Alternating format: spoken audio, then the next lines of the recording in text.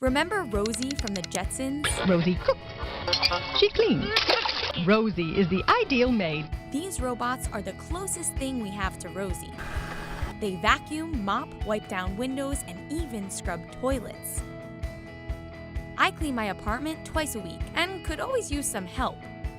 I wanted to see if it was possible to have these robots clean my entire apartment, so I could get some of that time spent cleaning back.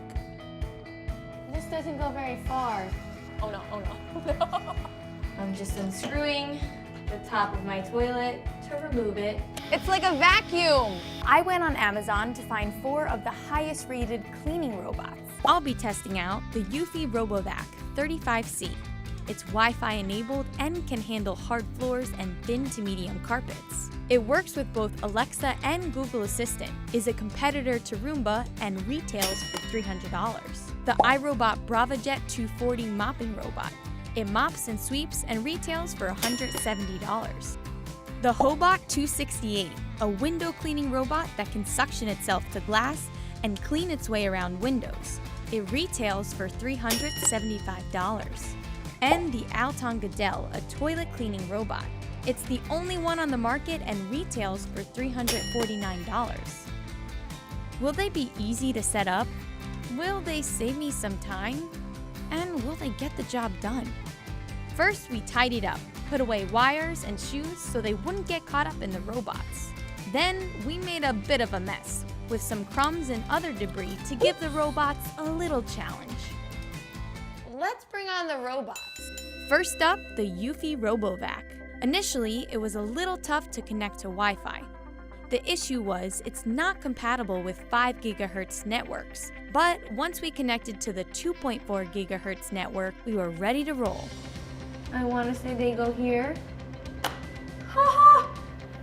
Look at that. Oh!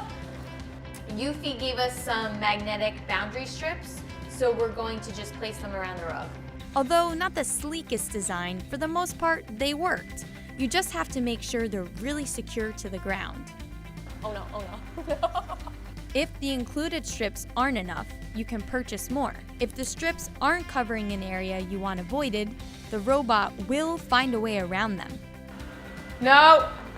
Don't come on the rug! Oh!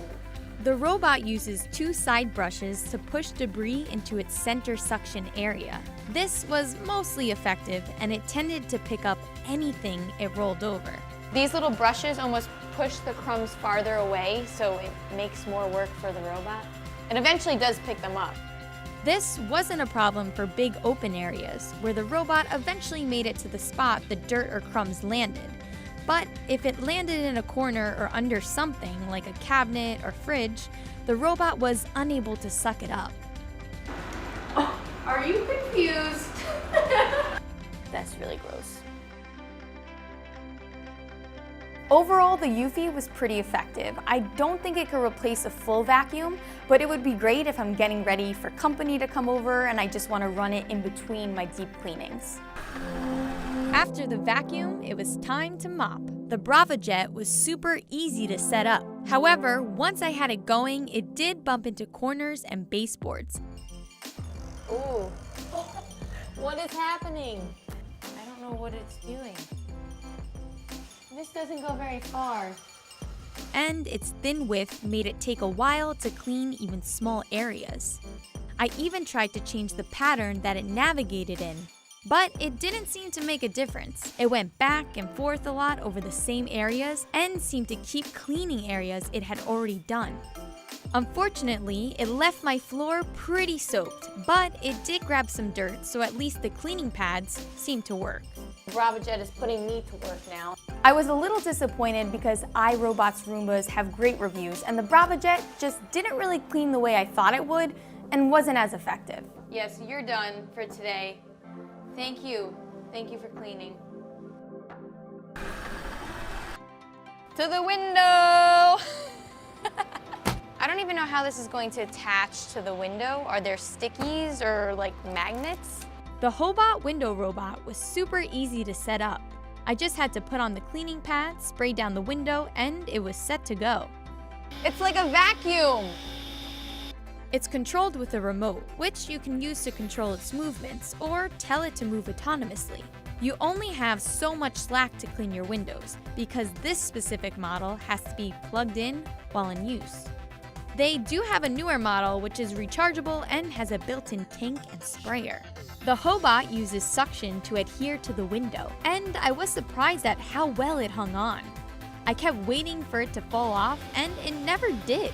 However, it took a really long time to work its way over the window, and didn't really seem to follow any of the directions I was trying to make it navigate. It kept going down, which made me wonder if gravity was just too strong for it. The robot did get some of the dirt off, but it did leave a lot of streak marks, which made the windows look just as bad as they were before I cleaned them with the Hobot. It's not something I would use again on my windows, and they would have looked a lot cleaner if I just did it myself. I think it's a neat concept, but it's not practical. Your first step is to remove the toilet seat by unscrewing the nuts. I'm just unscrewing the top of my toilet to remove it. It comes with a bracket you have to attach to your toilet, which is supposed to be a permanent install that you then slide the robot in and out of. The installation was supposed to be just 3 easy steps, but it took much longer. It wouldn't let me reattach my toilet seat, so I took a little trip to Home Depot and picked up various size screws to try and make it fit. I'm at Home Depot trying to find the right size screws to fit my Goodell robot. The ones I have right now are too short, and the robot doesn't come with any additional ones. So wish me luck. There's a lot to choose from. Well, thank goodness that I purchased those screws because they came in handy when even my dad attempted to try it on 2 other toilets. Thanks for helping me put together my toilet robot. It's no problem, Alex. It's what I live for. It takes a little finesse to install the hardware, to line it up properly. Should rock right in. Should. This is just not working. The problem is the bracket doesn't fit all toilet seats, and when we finally got it mounted on my toilet, the size made it impossible to reattach the seat. The Goodell didn't even really fit inside my toilet. It started with the rim, but just seemed to gently brush it. At times it looked like it was barely touching it at all, and as I rotated, it kept hitting the sides of the toilet. When it started inside the bowl, it didn't look like it was applying much pressure at all. It didn't really get rid of any hard water stains inside it, and I couldn't really see much of a before and after difference. It would be great if they could include additional screw sizes or ways to fit more toilet seat types. I could see the installation causing a lot of problems for people who are expecting the seamless experience shown in the promotional video. This robot was a real struggle. I could have cleaned so many toilets in the time that it took me to get this one set up and going. And it didn't even clean the toilet.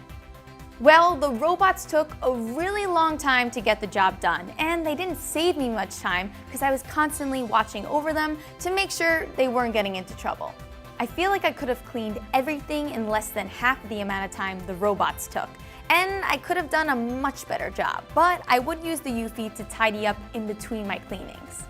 The Eufy RoboVac, 4 out of 5. The iRobot BravaJet, 2.5 out of 5. Hobot Window Robot, 2 out of 5. Alton Goodell Toilet Robot, 1 out of 5. My overall rating for all the cleaning robots would be 2.5 out of 5. We're not quite in the future the Jetsons promised, and we do have a long way to go before Rosie the robot is cleaning our houses. So for this battle, woman definitely beats machine. Perfect, great.